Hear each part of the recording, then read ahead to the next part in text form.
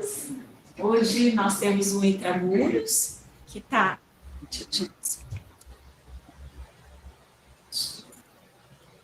sob a responsabilidade da unidade de ossos, e eu vou convidar a doutora Regina para poder introduzir a nossa palestrante. Bom dia a todos, é um prazer e uma honra ter a doutora Thelma Palomo como palestrante de hoje. Ela é médica endocrinologista, doutora em metabolismo ósseo pela Escola Paulista de Medicina e Unifesp, fez um fellowship na McGill University em Montreal, no Canadá, onde ela ganhou bastante experiência em osteogênese imperfeita, tem publicações na área, e ela é consultora médica também em densitometria do Fleury, né, medicina e saúde, que é uma palavra sua. Muito obrigada aí pela presença.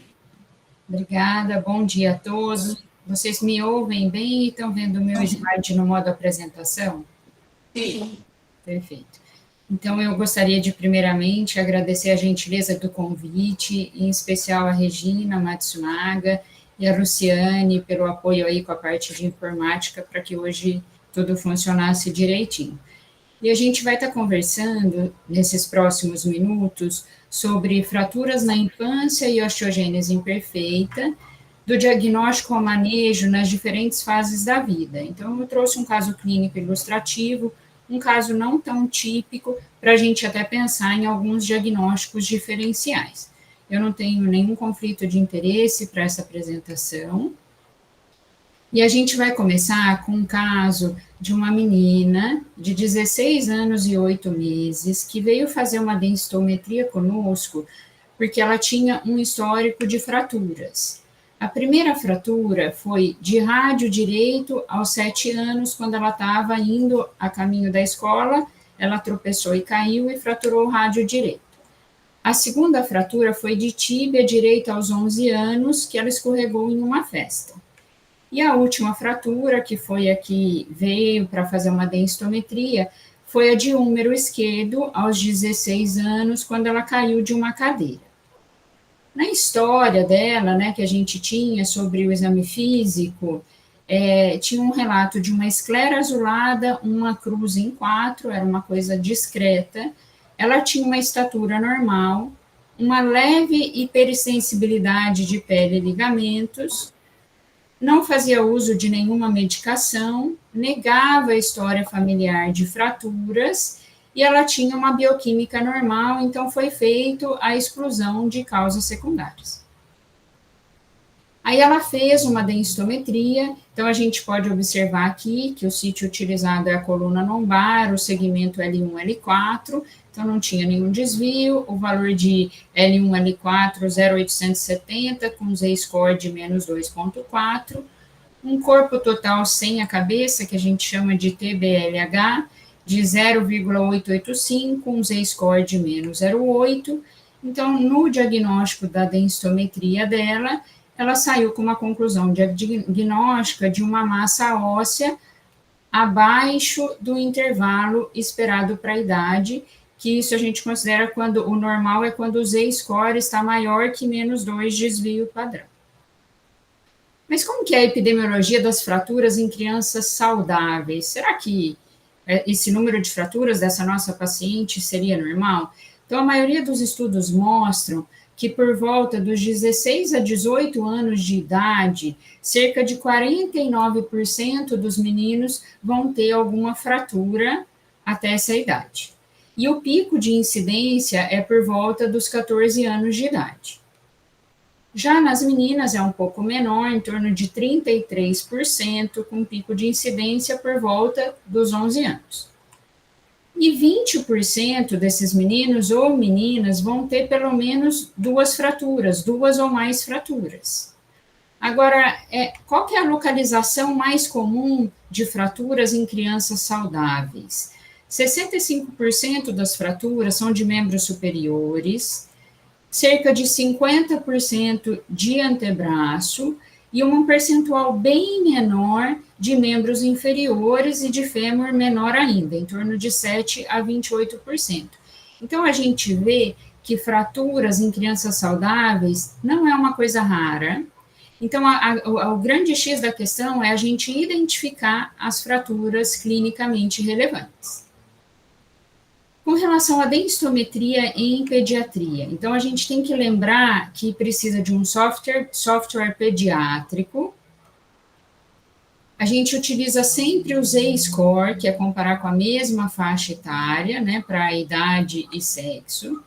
Os sítios de preferência são a coluna lombar e o corpo total sem a cabeça.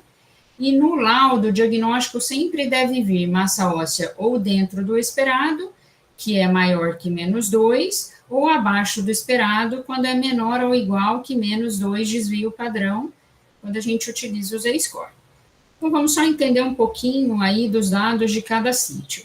Então, a coluna lombar é o sítio preferido em pediatria, ele tem uma boa precisão, a referência ela é robusta.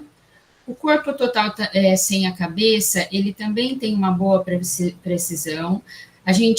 O recomendado é excluir a cabeça, isso é muito importante, principalmente em crianças menores. E a gente consegue avaliar também essa unidade músculo-osso, quando a gente olha para o corpo total. E os valores de referência, eles variam de acordo com o aparelho. Então, para aparelho zoológico, é de 3 a 19 anos, e para aparelhos lunar, de 5 a 19 anos, que a gente tem bancos de referência. Aí vocês vão me perguntar assim, mas como que eu dou um diagnóstico de osteoporose em pediatria? Então, diferente dos adultos, em que a baixa massa óssea, né, a osteopenia, a osteoporose, a gente consegue, tem estudos que correlacionam com fratura, em crianças não funciona assim, os estudos não são suficientes para falar em predição de fratura. Então, o que a Sociedade Internacional de Densitometria recomenda? Então, o que eu quero que vocês levem para casa, isso é super importante, que o diagnóstico não se baseie apenas no critério densitométrico. Então, quando que eu fecho um diagnóstico de osteoporose em pediatria? Eu tenho que ter um número maior ou igual a 1 de uma fratura por compressão vertebral, que é aquela perda de altura da vértebra maior que 20%, mas essa fratura, ela tem que ser de baixo impacto, e eu tenho que ter excluído doença local, né, o alto impacto, e aí eu fecho o diagnóstico de osteoporose com a fratura vertebral, independente da densitometria. Então, fraturar, né, vértebra não é um evento comum. Agora, e se eu tiver outras fraturas, né, de extremidades? Quando que eu fecho um diagnóstico de osteoporose? Eu preciso ter 2 ou mais fraturas de ossos longos antes dos 10 anos, mais uma baixa massa óssea pela densitometria. Então, aqui a densitometria, ela faz parte do critério. Ou 3 ou mais fraturas de ossos longos antes dos 19 anos, mais a baixa densidade mineral óssea pela densitometria. Então, voltando para o caso da nossa paciente, ela tinha 16 anos e 8 meses, as 3 fraturas, rádio, tíbia e húmero, pelo critério da ESD, na ausência de uma doença local ou um trauma de alta energia. Então, a gente pode dizer que ela tem um diagnóstico de osteoporose, porque ela tem uma história clinicamente significativa de fraturas, né, respeitando os critérios estabelecidos, mais uma baixa massa óssea pela densitometria. Então, a gente pode dizer que ela tem um diagnóstico de osteoporose. E a gente viu que as causas secundárias foram excluídas. Então, será que a gente teria algum exame adicional, complementar, que poderia ajudar nessa elucidação diagnóstica? Eu acho que nos dias atuais, em que os estudos genéticos estão cada vez mais disponíveis, o preço está um pouco mais acessível do que no passado, não está tão só restrito aos centros de referência, se possível, um painel genético, ele nos ajudaria, tá? Então, no Fleury, a gente oferece esse painel para fragilidade óssea, outros laboratórios também oferecem. E para quem que ele estaria indicado? Para aqueles indivíduos com uma massa óssea muito desproporcional à sua idade, com história de fraturas vertebrais de ossos longos relacionadas a trauma de baixo impacto, desde que excluído causas secundárias nos 2 casos, histórico de múltiplas fraturas de baixo impacto desde a infância, antecedente familiar de fratura não traumática em pessoas jovens, se tiver histórico de consanguinidade, e no caso da osteogênese imperfeita, as alterações extraesqueléticas nos ajudam um pouco, né?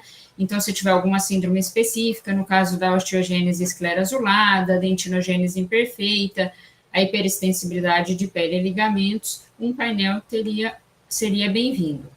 Então, os genes mais utilizados, né, mais descritos, contemplam o nosso painel, são 24 genes.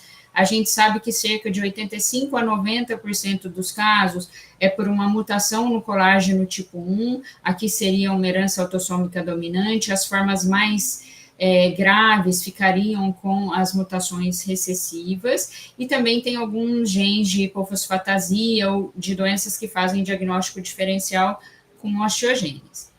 Eu quis trazer para vocês, esse é um trabalho do grupo de vocês aí, da Adriana Fernandes, eu fui da banca de doutorado dela, ela é aluna do Bruno Ferraz, a Regina, inclusive, é coautora, e vocês trouxeram esse dado muito importante, esse artigo que foi publicado em 2020, numa coorte de pacientes brasileiros, o ambulatório de vocês fizeram um estudo genético.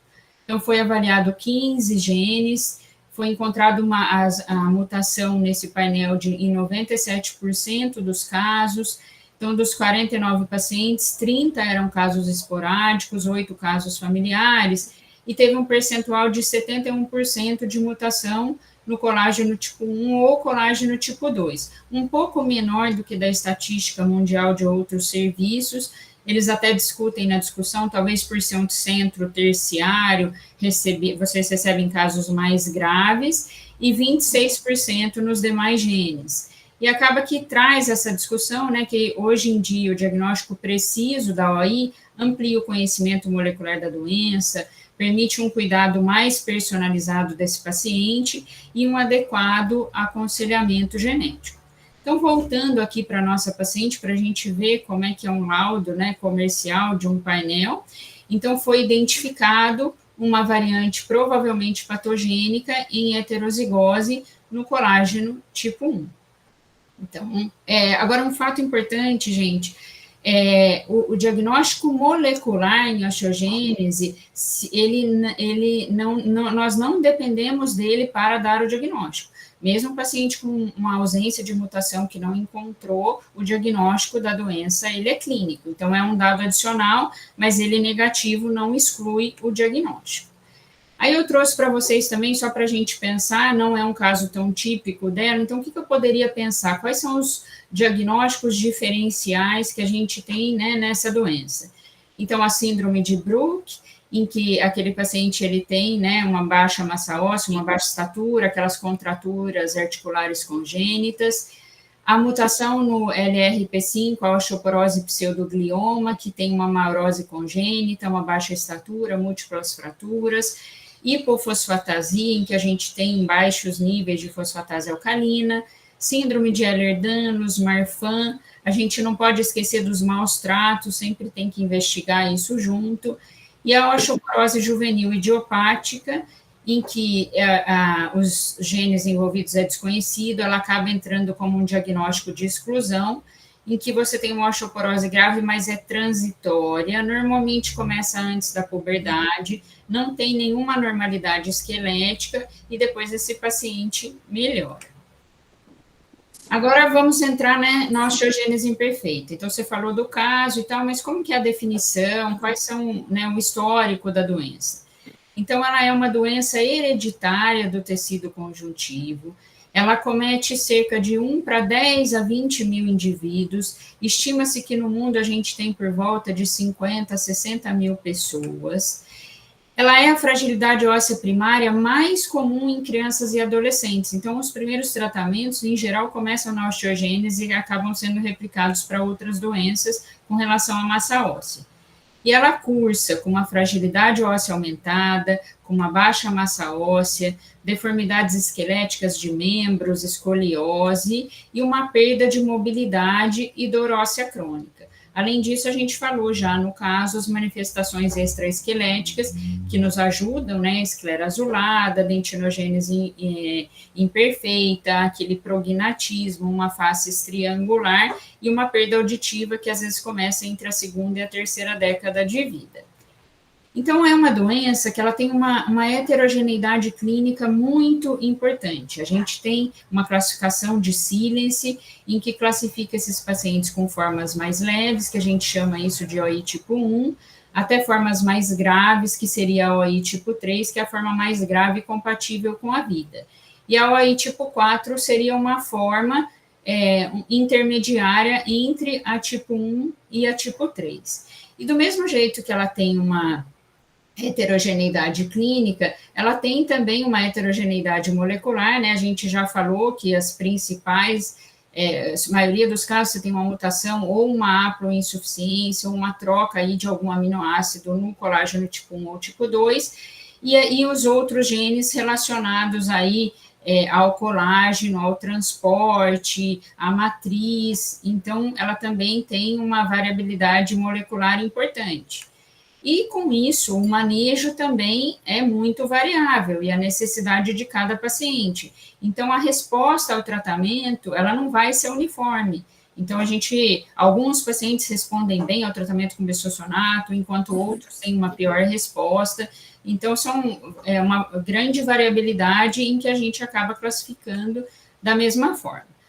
Eu trouxe aqui para vocês esse artigo do Grupo do Canadá, onde eu fiquei, que eles publicaram em 2023, que eu achei muito interessante para o ambulatório, que eles fizeram uma curva de crescimento, né, dos pacientes do ambulatório deles, porque muitas vezes esses pais chegam com as crianças no nosso ambulatório e perguntam para a gente, mas qual é a estatura que você acha que o meu filho vai chegar? Claro que isso depende de vários fatores, né? Depende do número de fraturas, de como eu corrijo a deformidade e a escoliose, mas é injusto a gente comparar com curva de referência normal, né, de pacientes saudáveis. Então, eles publicaram isso, foram 573 crianças e adolescentes, foram várias medidas. Aqui a gente pode ver que eles compararam, né, com a referência do CDC e dividiram osteogênese imperfeita tipo 1, tipo 3 e tipo 4, dividiram por sexo, então isso talvez ajude no ambulatório. Esses pacientes tinham mutações no colágeno tipo 1 ou tipo 2, o intervalo de idade foi entre 3 e 20 anos, e aqui 280 pacientes com tipo 1, 98 com tipo 3 e 195 com tipo 4. Então, o fato é que as taxas de fratura, elas são altas durante toda a vida, mas a gente tem uma maior incidência na infância. Esse é um estudo dinamarquês que dividiu por faixa etária e por sexo, homens e mulheres. Então, a gente vê uma incidência maior na infância, depois ela diminui, ainda fica acima de que as pessoas, né, normais, mas ela fica acima, e ela volta a aumentar a partir por volta dos 55 anos. E aí eles fizeram aqui uma avaliação desse risco de fratura, e estima-se que por volta dessa idade, o risco da mulher é 8 vezes maior, então 8 fraturas para cada 1.000 pessoas ano, e homens 4,9, o que traz para a gente uma necessidade em que eles vão viver até mais tarde, vão voltar a fraturar, e a gente tem que ter opções de tratamento para tratar esses pacientes. Então, é isso que a gente vai discutir nos próximos slides daqui para frente. Como é que é o tratamento da osteogênese imperfeita nas diferentes fases da vida? Então, assim, como qualquer doença rara, né, eu acho que isso envolve um tratamento multidisciplinar. O tratamento ortopédico, muitas vezes, é a porta de entrada deles, né, e ele, nas formas leves, é o manejo da fratura, que acaba que, às vezes, você não trata com tratamento medicamentoso. A reabilitação motora, né, com fisioterapia, é muito importante para tentar ganhar massa muscular.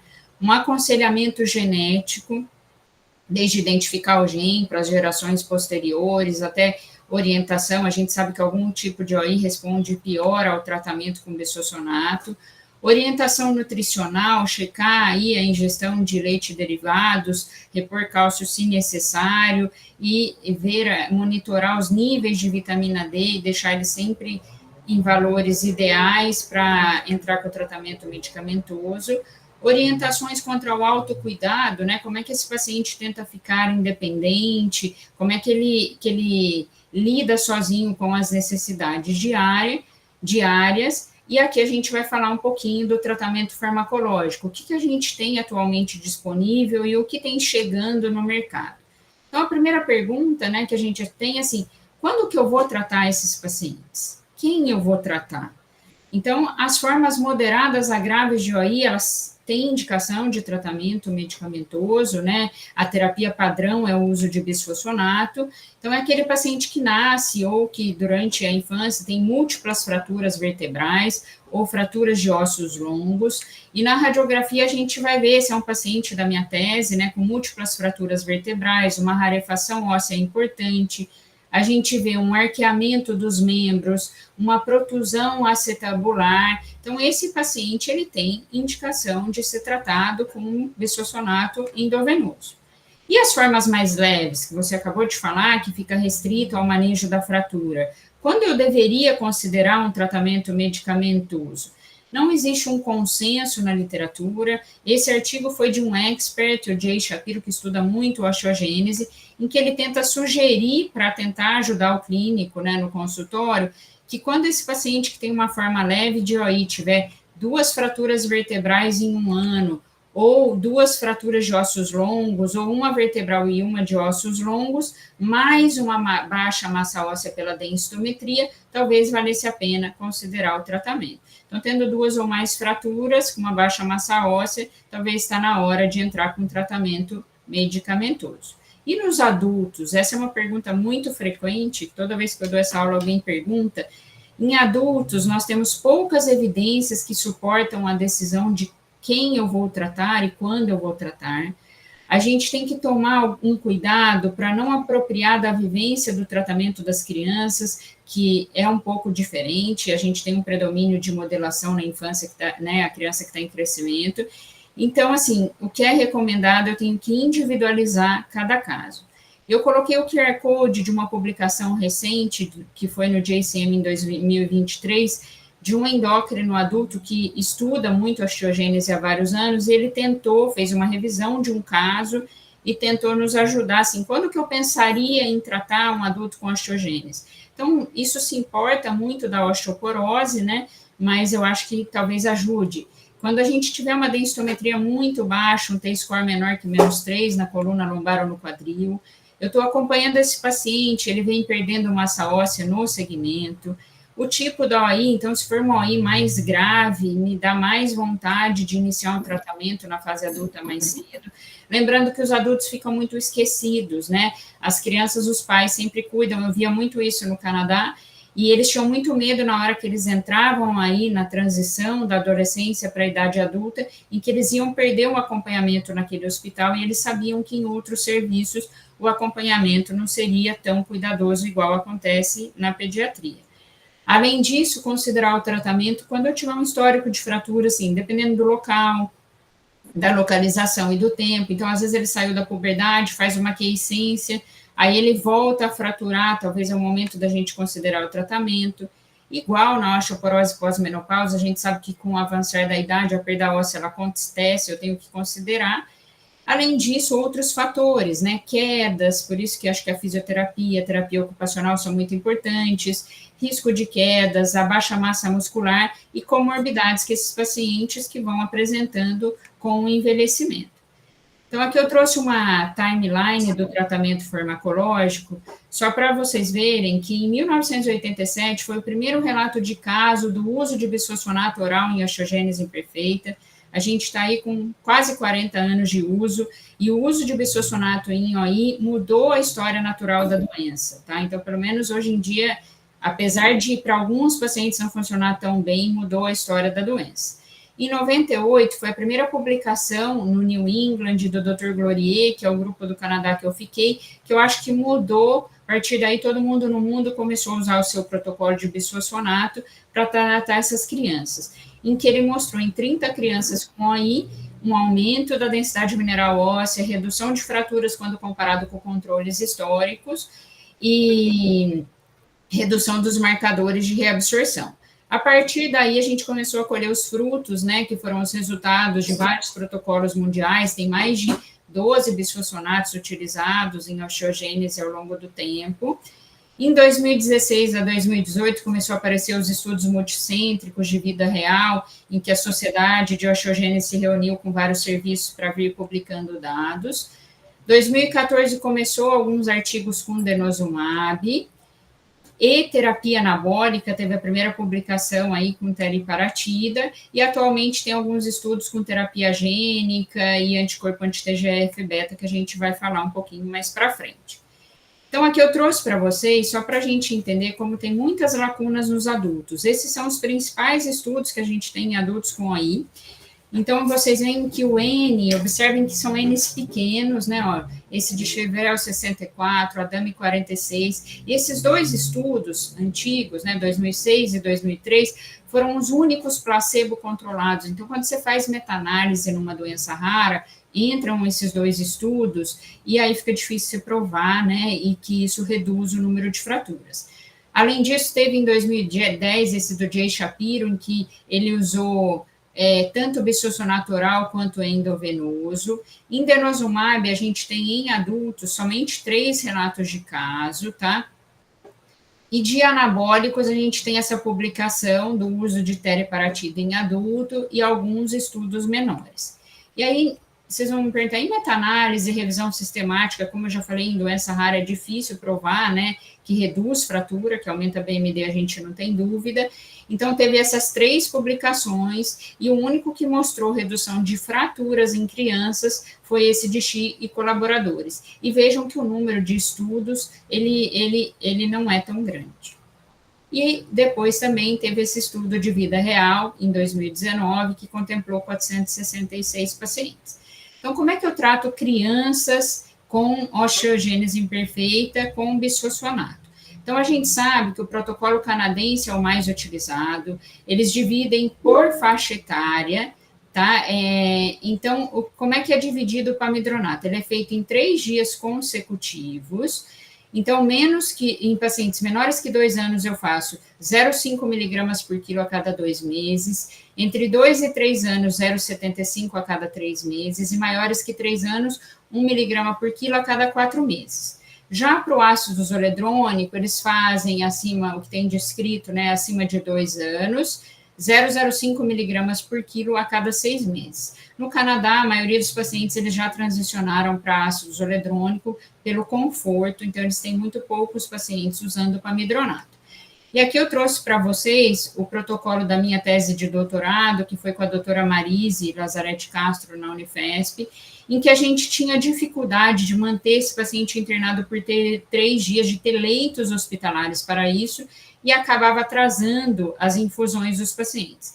Então, a gente fez um protocolo de 1 dia, numa dose maior, e um tempo de infusão menor, eles recomendavam aqui em 4 horas, a gente fez em 2 horas, e a gente conseguiu provar que o nosso protocolo era seguro e que aumentou a BMD, reduziu marcadores no tempo de observação que a gente fez. E depois disso, várias vezes eu encontro pessoas que falam que seguem o nosso protocolo pela facilidade. Na pandemia, isso acabou ajudando bastante, mas vários lugares do mundo usam bisfosfonatos diferentes e protocolos diferentes.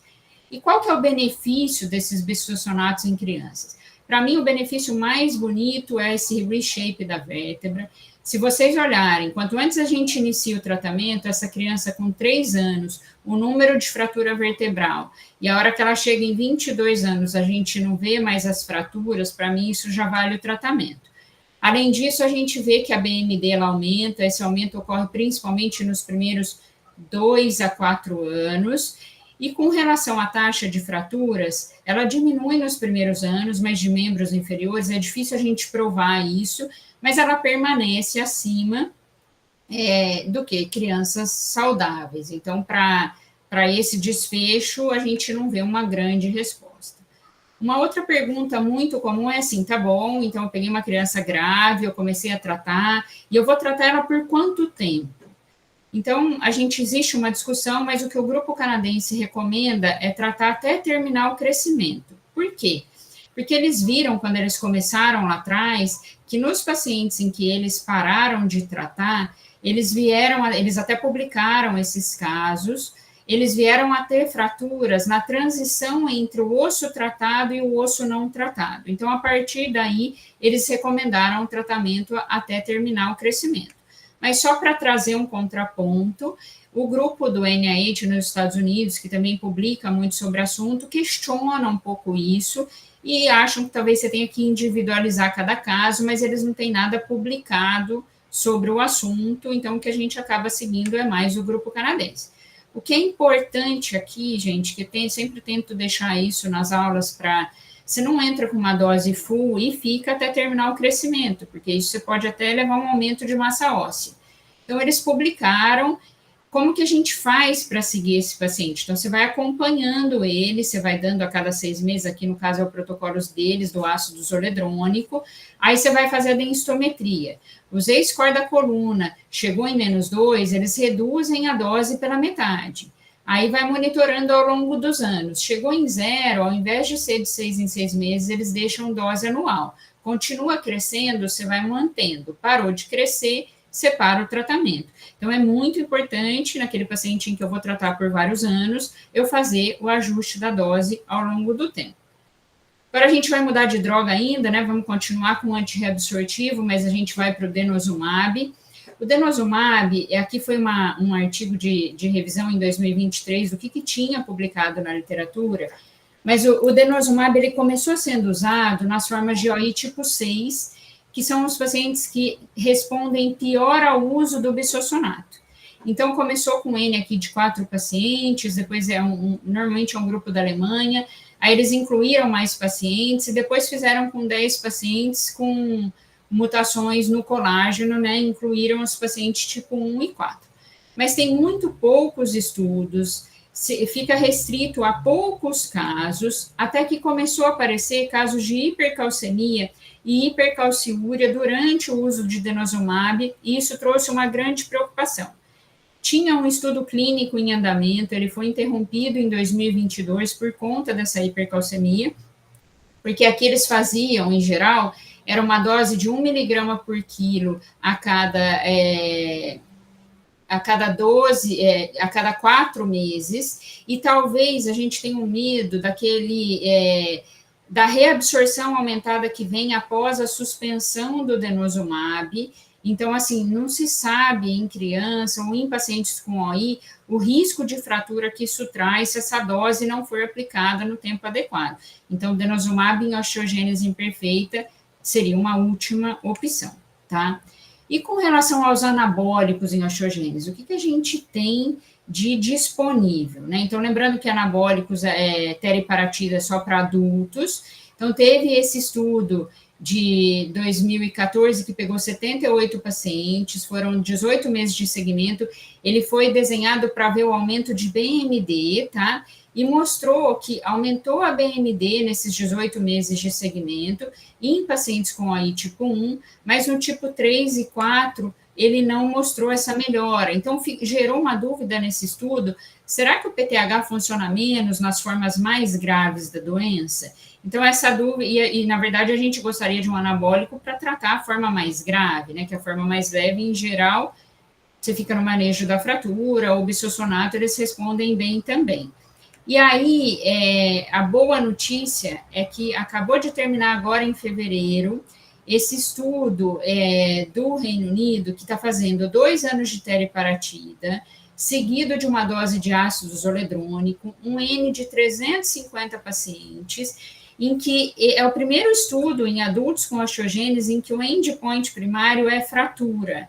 Então, acredito, eu até escrevi para o autor o ano passado, que no Congresso Internacional de Osteometabolismo e SBMR desse ano, eles devem estar trazendo esses dados para a gente, que vão ser muito importantes para nos ajudar pensando em terapia anabólica para os nossos pacientes. Então, eles incluíram pacientes acima de 18 anos com diagnóstico de osteogênese imperfeita, e até o final do ano a gente deve estar tendo esses resultados.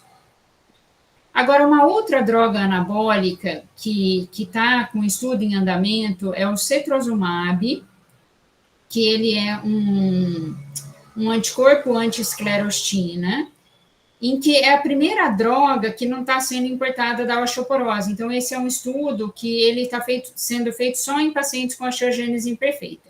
E foi publicado agora, no final do ano passado, o resultado do estudo em adultos, que é o estudo asteroide.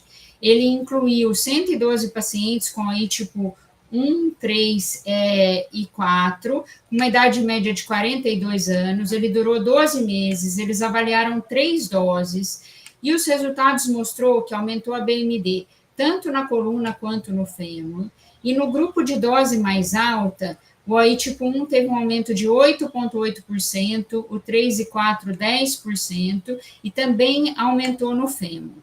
E a partir desse estudo, eles foram para o Orbit e Cosmic, que foram estudos em crianças. Então, o Orbit foi, na verdade, esses dados foram publicados no ESBMR em 2023. A Ultragenics está publicando parciais dos estudos, o que é legal que a gente está tendo os resultados antes. Então, o fase 2 incluiu 24 crianças, o 3 já está com 219, entre 5 e 26 anos, pacientes com mutação no colágeno tipo 1 e tipo 2, a maioria dos casos era tipo 1, eles testaram 2 doses, a diferença é que aqui eles são endovenosos, diferente do romosozumab, que é subcutâneo, e o estudo mostrou um aumento de DMO e uma redução significativa de fratura, com poucos efeitos colaterais. O Cosmic, que também está em andamento, já são em crianças menores, entre 2 e 7 anos, em que eles vão comparar com o bisfosfonato. É um estudo fase 3 aberto ativo, controlado, com aí tipo 1, 3 e 4, em que eles vão fazer o cetrosumab ou bisfosfonato por 24 meses, e quem era no bisfosfonato vai transicionar para cetrosumab. E os resultados estão previstos para o ano que vem. Então, vai avaliar o efeito de cada droga na redução de fraturas. E aí, no ESBMR do ano passado, eles publicaram os resultados do fase 3, que eles definiram que a dose ficou de 20 miligramas por quilo, mostrando essa redução de 67%. Então, isso traz uma grande esperança dessa classe de droga em osteogênese imperfeita. Aí vocês vão me falar até, então tá bom, você está me falando que o cetrosumab parece uma grande esperança mesmo, mas ele não está comercialmente disponível, e o romosozumab, que a gente tem aí, o Evenit para osteoporose, eu poderia usar em OI? Então, na verdade, o romosozumab, a gente tem poucos relatos de caso na literatura, em adultos, em que não responderam a bisfosfonato, mas a gente sabe que a Amgen conduziu um estudo de fase 1, em 25 crianças com OI entre 5 e 18 anos, e agora eles começaram um de fase 3, randomizado, para avaliar a eficácia entre crianças de 5 a 18 anos. Ele começou em 2023 e ele está com término previsto para 2027. Então, a gente vai ter respostas aí em cerca de 2 anos. Aqui, rapidamente, só uma terapia emergente, né, um anticorpo anti-TGF-beta. Em modelos animais, viu-se uma sinalização excessiva do TGF-beta. Então, tem um estudo de fase 1 com 8 adultos, que é essa droga, o fresolimumab, em que os resultados foram ainda divergentes, mas eles estão investindo nessa investigação dessa sinalização excessiva. O problema é que essa droga não era osso específico, então tinha vários efeitos colaterais, e no ESBMR de 2024 eles trouxeram um pôster com uma droga osso específico, então isso é uma esperança para o futuro. E a gente sabe que a terapia gênica é o que a gente almeja mesmo, né, para levar a cura, que tudo que a gente falou, a gente está falando de aumento de massa óssea. Na verdade, a gente não está mudando a qualidade do osso, o defeito na matriz orgânica, que é o que seria o ideal para a cura dessa doença. Então, aqui a ideia seria identificar o gene mutado. Tem 2 clinical trials aí em andamento com esse transplante aí de células troncos, e talvez ou corrigir o gene mutado, né, levar a cura, ou pelo menos silenciar o gene mutado e transformar uma forma mais grave em uma forma mais leve. Essa foi um resumo de uma publicação de 2020 que eu quis trazer para vocês do que tem de opções terapêuticas, e aqui só de atualização, né, o denosumab ele sai dessa história, e o anticorpo, anti-esclerotina, o cetrosumab que não estava aqui, ele entra nesse grupo como uma promessa terapêutica. Então, só para a gente ver o nome dos estudos em andamento, então o Topaz acabou de terminar, que é o de teriparatida, os do cetrosumab estão previstos aí para 2026, e o do romosozumab, ou Evenit, para 2027. Então, como mensagens finais, eu queria deixar para vocês, que as fraturas são comuns em crianças e adolescentes saudáveis, então é importante eu identificar aquela fratura relevante. Fratura vertebral, ela é rara na ausência de trauma. O diagnóstico de osteoporose não se baseia apenas no critério densitométrico. Os sítios de preferência é a coluna lombar e o corpo total sem a cabeça. O diagnóstico de osteoporose, eu preciso de uma fratura vertebral isolada de baixo impacto ou uma baixa densidade de mineral óssea associado a múltiplas fraturas de ossos longos, de acordo com a faixa etária, e que o painel genético ele pode auxiliar no diagnóstico molecular de doenças ósseas primárias. E para a osteogênese, que ela é uma doença heterogênea, que requer um manejo multidisciplinar, que em crianças os bisfosfonatos endovenosos são a terapia padrão, né, a opção terapêutica mais utilizada, que o benefício deles em aumentar a densidade mineral óssea e remodelação de fratura vertebral, isso é indiscutível. Vários estudos falam em redução de fraturas em crianças, mas não eram placebos controlados, e os dados são menos evidentes para fraturas de ossos longos e progressão de escoliose. Já no adulto, o benefício dos bisfosfonatos ele é menos robusto, então a gente tem que individualizar o tratamento medicamentoso e que as terapias anabólicas são opções de tratamento promissoras em osteogênese imperfeita.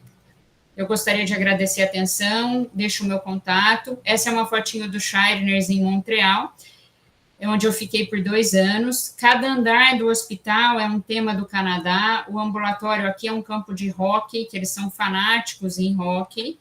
E no Halloween, que é uma data muito especial para eles, todas as enfermeiras, o hospital inteiro vai vestido de fantasia, eles vestem todos os pacientes, então é um dia muito especial e um dia de muita festa. Eu agradeço a atenção de todos e aqui estou aberta para tirar as dúvidas de vocês. Obrigada.